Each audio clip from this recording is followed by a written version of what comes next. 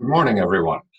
Welcome to another Stop BS Now English podcast. Today's show is dubbed The Revolutionary Mark Twain, and I'll be covering the role of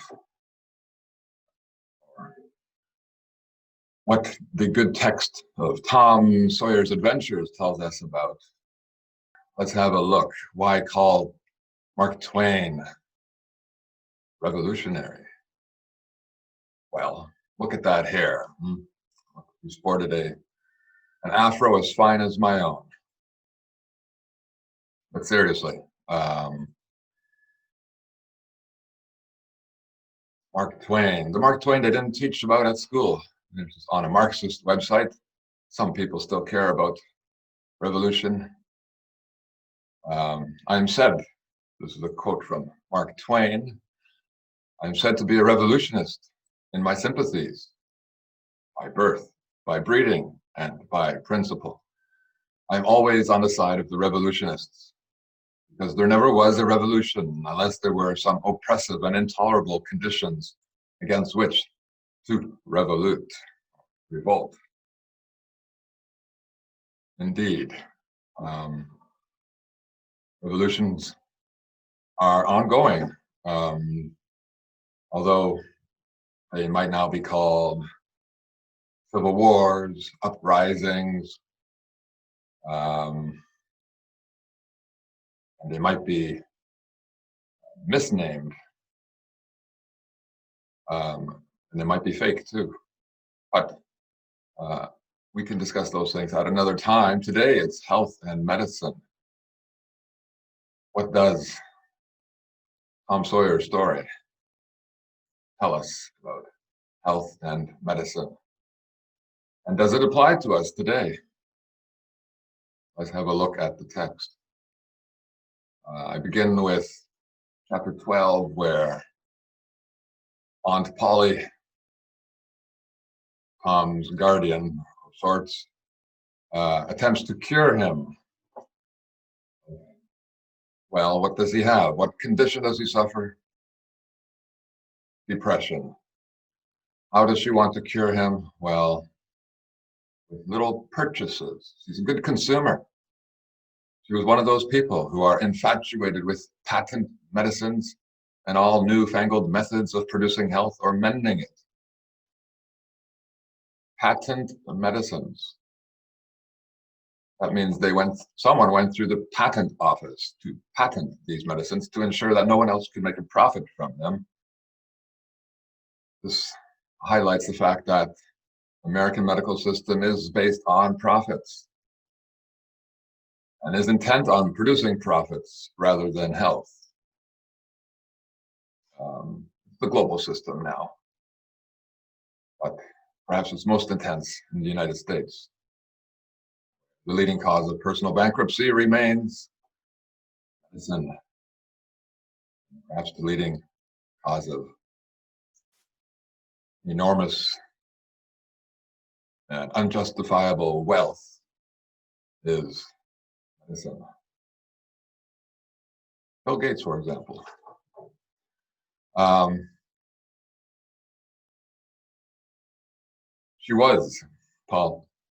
Polly was an inveterate experimenter in these things. And so we remain inveterate experimenters, buying garbage they sell in pharmacies, always experimenting on ourselves. We don't really call it that, of course. We think we are treating ourselves.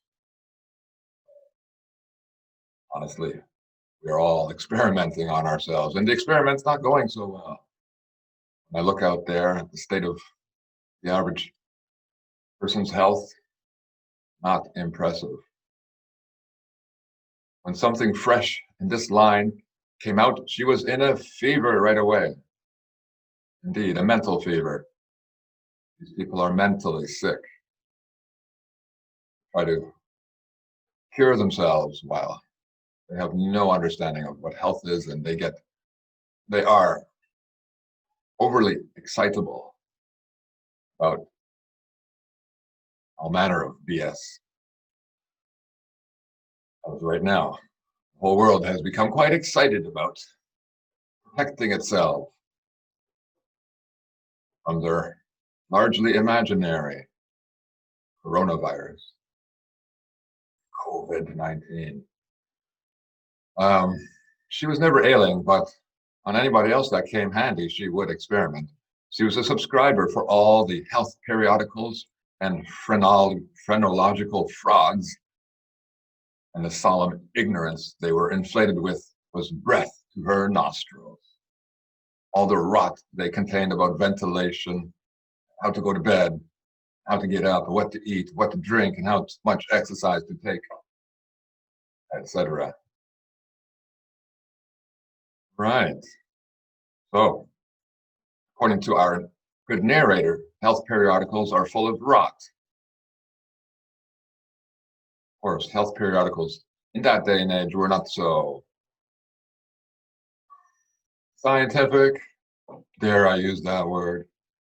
We're not so official, academic, scholarly, not so vetted. But the world has not changed. This, unfortunately, applies to today. I recently read a veteran editor of health journals, I think leading British journal, expressed his sentiment that at least half of the articles he sees published in health journals are full of crap. Right. Crap meant to make profits. I think he's being a little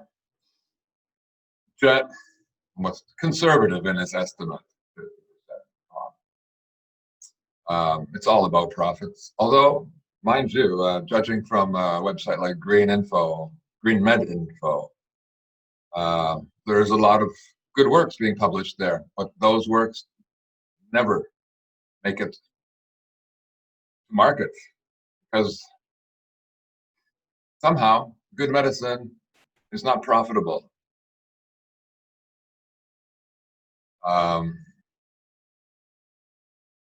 Secret to becoming healthy will not make anyone rich in anything but health. What should we eat? It's very simple. Fresh organic food.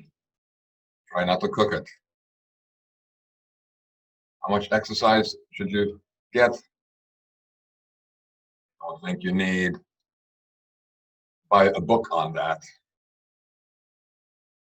I think we can all be a decent judge of when we are healthy and when we are not. Although there is a great deal of a denial out there, and we just need a little honesty. Not so much loose black clothing.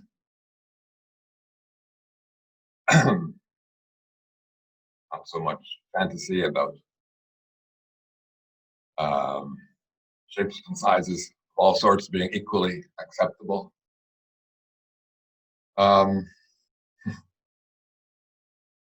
Anyway, in Good Aunt Polly Wants to Cure Tom Sawyer.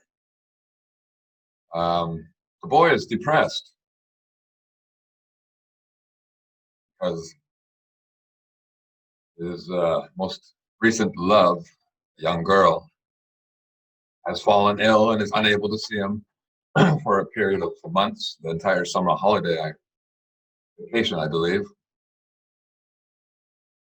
And of course, she was just a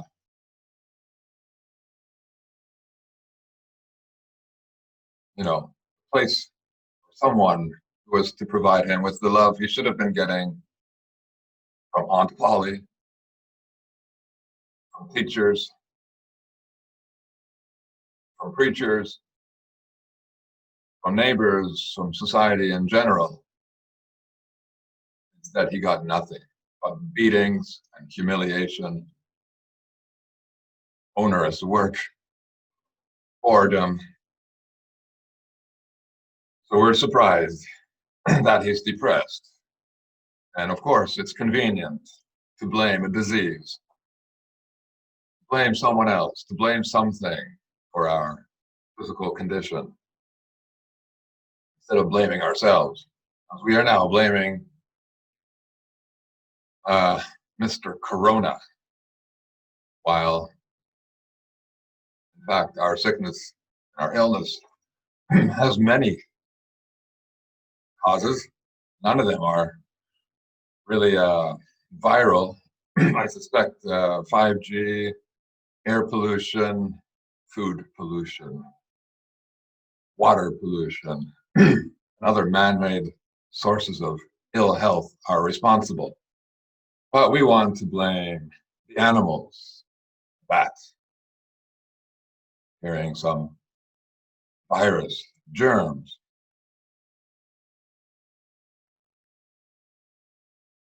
If there is a germ involved here, it's probably created by us in some lab, or the only reason it's a threat to us is because of our health already being in crisis mode, emergency mode. We are weaker and sicker than ever in general. Well, Tom is not keen to take this medicine. What is it, by the way? I believe it might be alcohol. Have a quick look at that.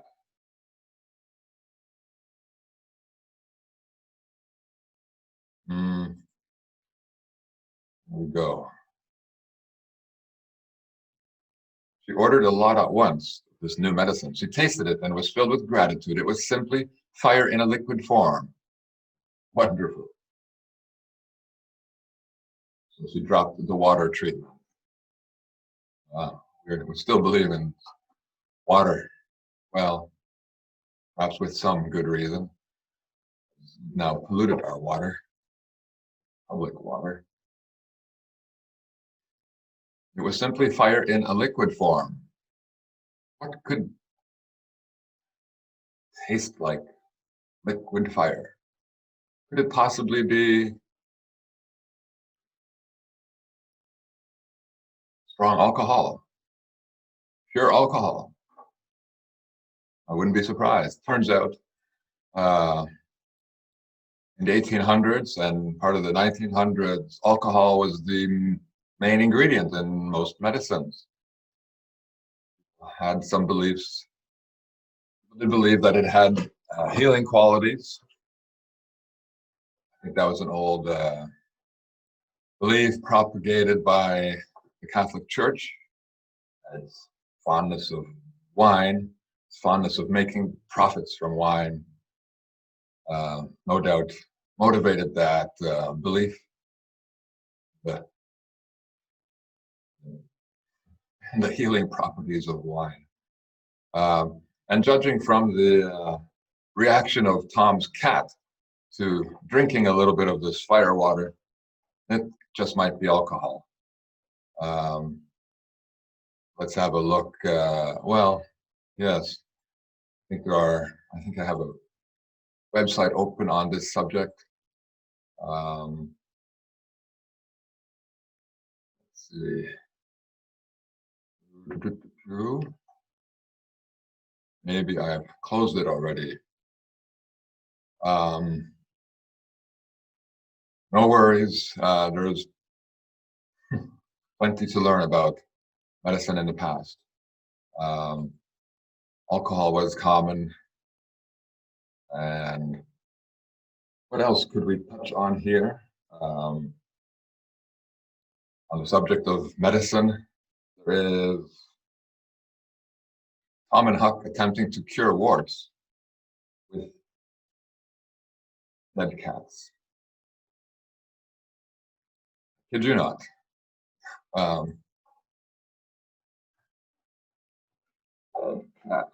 Maybe I should be looking for warts. There you go. Many other superstitious rituals are invoked as being necessary for curing a case of warts with the aid of a dead cat.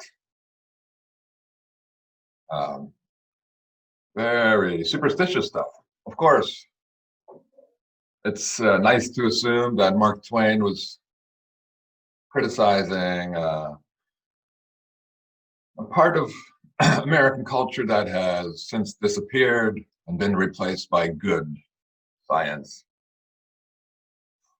Right. We've overcome medieval superstitions, have we? African superstitions, have we? We are not as superstitious as ever. When we buy medicine,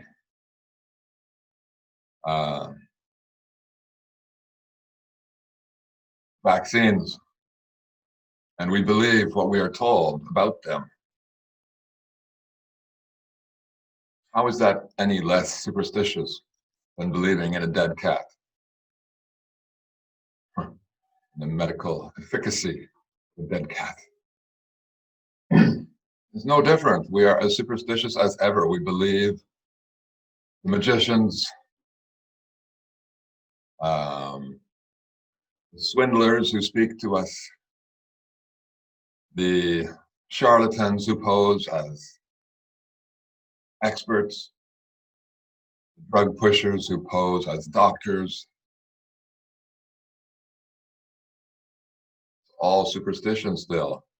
And when our medicines suppress a symptom by suppressing our immune system and produce some side effects, we think we are cured. We think we are healthy. And yet we limp along, carrying our pounds and toxins, excess pounds, struggling to keep, struggling to feel comfortable in a little summer heat. We have no idea what health is in general.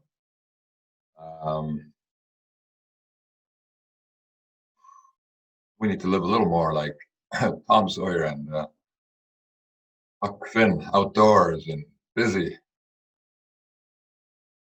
Now, still more in this good story about healthy living and medicine. Might take a quick look at, not me, something else. Tom Sawyer, no, Huck Finn. Is he a model boy? He does smoke repeatedly. They had a smoke and a chat in the shade, then dug in their last hole. I think that's Tom and Huck.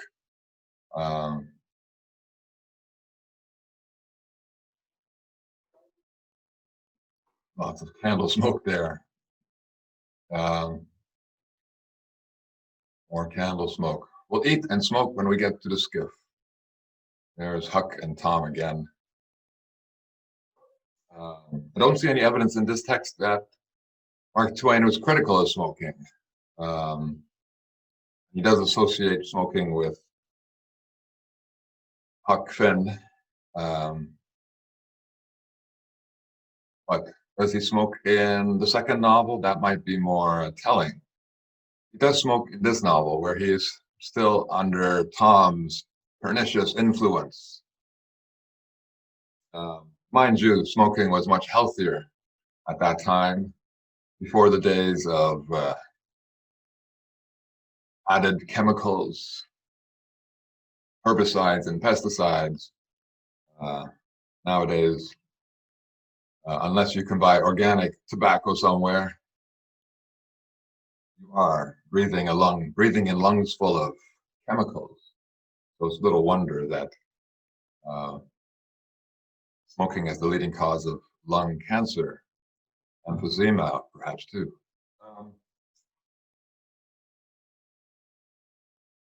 Well, something else has changed too, not just the quality of tobacco, but quality of the people. We are more liable to become addicted to alcohol and tobacco and drugs generally because of the stress that permeates our lives more than ever. Uh, Life was a bit slower 150 years ago. I don't think that's an argument, uh, or I don't think that's something that can be argued. Um, Life was less stressful. Can't be any more stressful than it is now for perhaps a million or two. Uh, Many millions being out of work and wondering how they're going to survive their bills. Many people being driven mad by having nothing to do and thinking they must stay locked up, masked, protected from the invisible COVID-19. Yes, stress drives people to overindulge in toxic substances, makes people vulnerable to addiction. Um, let's have a quick look at Dr. Robinson, shall we? This is the very important episode in which Tom and Huck witness grave robbery and murder of Dr. Robinson. So it's rarely viewed as an episode that tells us something about the medical profession, because we like to assume doctors are respectable, honorable personages. So we kind of gloss over the doctor's role in the robbery here. We tend to, and focus on Injun Joe, who committed murder. We don't like to look very carefully at that murder and understand that perhaps it was justified, revolutionary, and, well, we overlook, as I said, the doctor's role in the grave robbery. Why was he robbing a grave? Let's have a quick look at some information on this issue over here. An article, Anatomy, Modern Medicine, and Stolen Corpses. Turns out stealing corpses was quite common in the 1800s and early 1900s during Mark Twain's time. As recent as the early 19th centuries, it was common practice to snatch bodies from graves and sell them to medical professionals. With the increase in the study of medicine, new hospitals and medical schools, there was an overwhelming need for dead bodies or dissections for educational purposes. It is believed that a Georgia medical school employed body snatchers as recent as the early 1900s. Yeah, there was money in it. And of course, there were dreams about cracking the mysteries of human anatomy and disease, so on and so forth. We don't snatch bodies out of graves anymore. Not that I know of. We're probably better at snatching live people off the streets and out of orphanages and prisons and disappearing them in laboratories.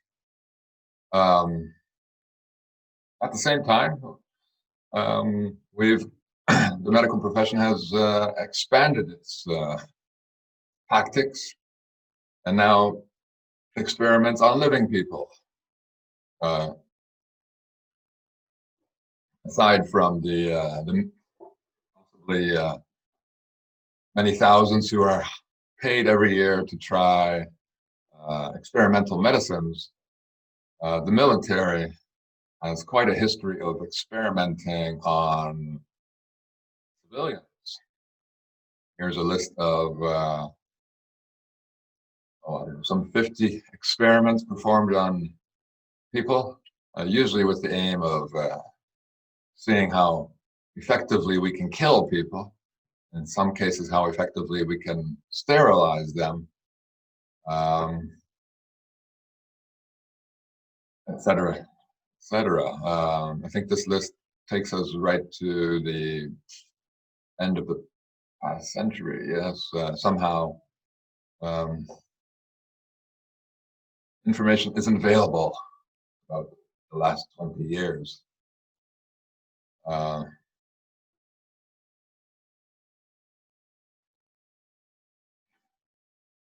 In 1995, U.S. government admits that it had offered Japanese war criminals and scientists who had performed human medical experiments salaries and immunity from prosecution in exchange for data, biological warfare research.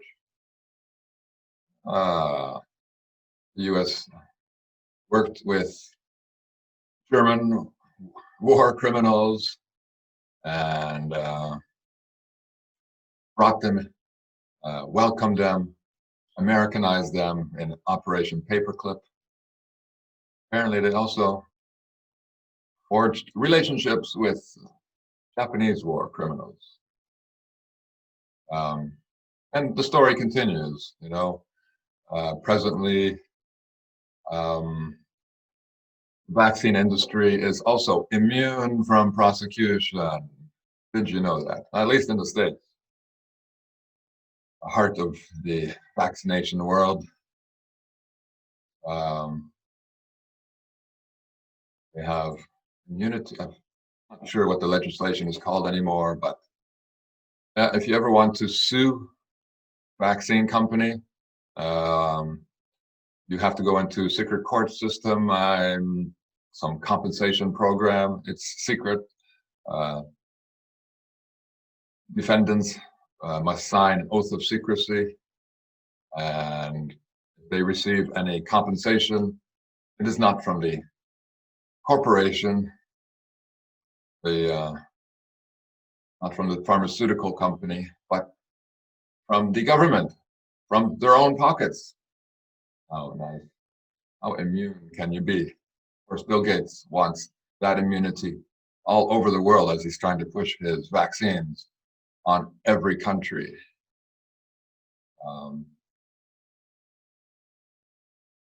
His coronavirus vaccine. Of course, he's eagerly trying to stop the pandemic, isn't he? I mean, plandemic. Thank you, Dr. Judy Mikovits. I believe there's a movie out there called Plandemic. It was censored from YouTube. They don't want you to know.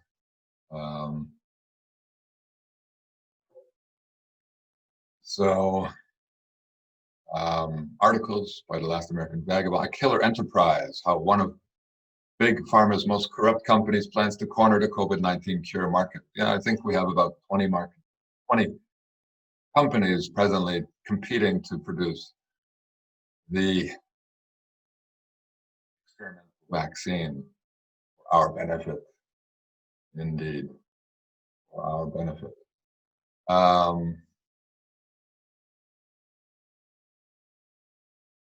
John Rappaport explains the dangers of experimental DNA and RNA vaccines for the coronavirus. It is experimental. We are the lab rats. And not just the lab rats, we are the farm animals being exploited for profit. Am I even sharing that stuff? I am.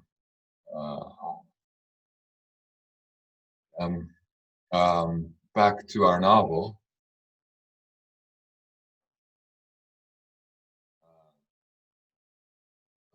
A few more things to look at. First, let's consider looking at um, the solutions instead of the problems. How about that?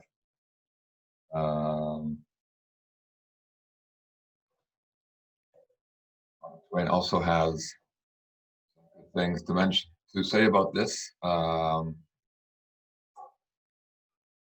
The boys are on their island trying to escape from the civilization that causes them so much pain and suffering.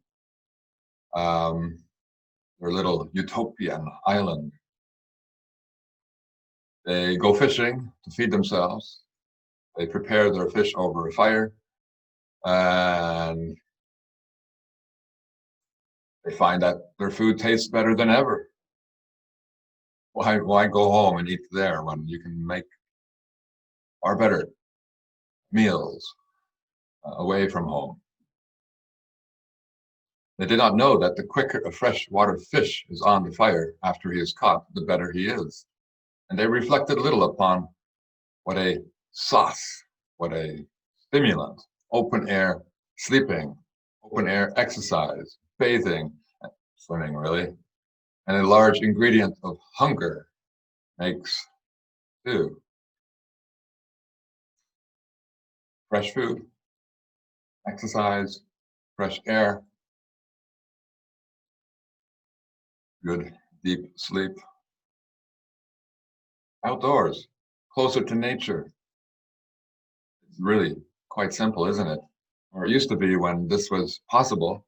Now we are being quarantined. A little less nowadays, last couple of weeks perhaps. But it does continue. As for fresh air, good luck finding that around here nowadays. On this planet, the whole planet gets more difficult every day. Healthy food, that's a lot rather challenging to source as well.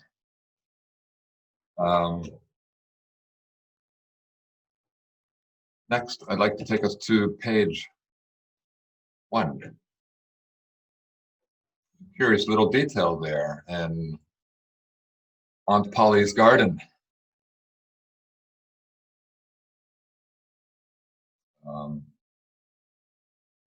Apparently she's growing tomato vines and Jimson weeds.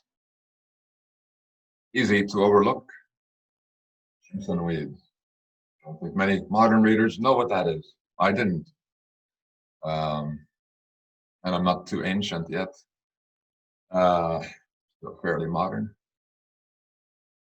Jimson weed, as it turns out, might have been useful. Indeed. How useful? Quite a list of medicinal qualities. By the way, this is a plant that must be taken with some caution and perhaps best prepared by someone experienced. It does have some toxic qualities. But curiously, perhaps not coincidentally, among its benefits, Jimson weed leaves act as painkiller. Sound familiar? Mm-hmm. Yes. Aunt Polly was trying to use a painkiller to treat Tom's depression. When its roasted leaves are applied over the affected area, it helps to relieve pain. Not coincidental.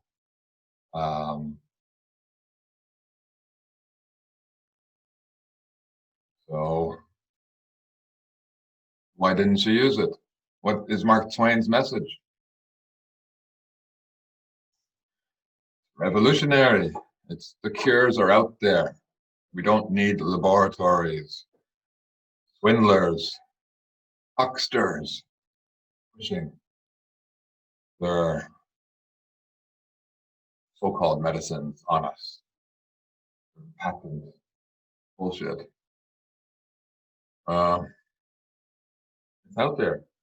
I've recently collected some horsetail because according to research, hopefully real research, scientific research. Horsetail helps remove aluminum from the human body. And turns out I'm a little high in aluminum. I have to get a special blood test. Nothing my doctor can actually request. No, you have to work outside the system.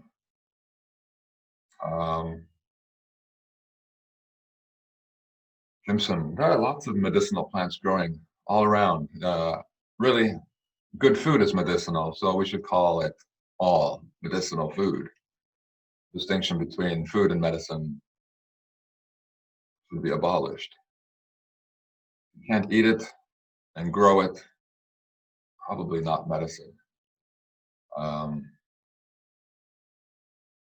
Last point, back to our novel. Let's move from the first page to the last.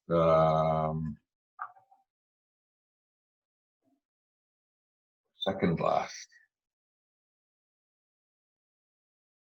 Thereabouts. Here, Tom makes a fine distinction between pirates and robbers. He insists that robbers are different from pirates. A robber is more high-toned than what a pirate is. As a general thing, in most countries, they're awful high up in the nobility, dukes and such. Mark Twain was playing it a bit safe here. Always fun to mock and accuse the British, those unpopular Brits in post-revolutionary America. But he did say dukes and such, so perhaps that such could include presidents, governors, doctors, the medical nobility, the industrial nobility, modern dukes, the tycoons, and economic elites of our time. They are the new robbers, the profiteers, and they will not solve any problem lest they can make profit from it. They will not sell you anything if it cures you, because cured customer will never come back. They'd like to keep you just well enough to pay, and pay a little more, a little more. Perpetual war, perpetual sickness. That's how they like it. Other pocketbooks like it. Well, I hope that's revolutionary enough. I hope that helps dispel the illusion that The Adventures of Tom Sawyer is a children's novel meant solely to entertain. It is so much more, so much serious. Recommended to all adults. That'll do for this first show on Tom Sawyer. A couple more coming up, if possible. Thank you, and good morning again.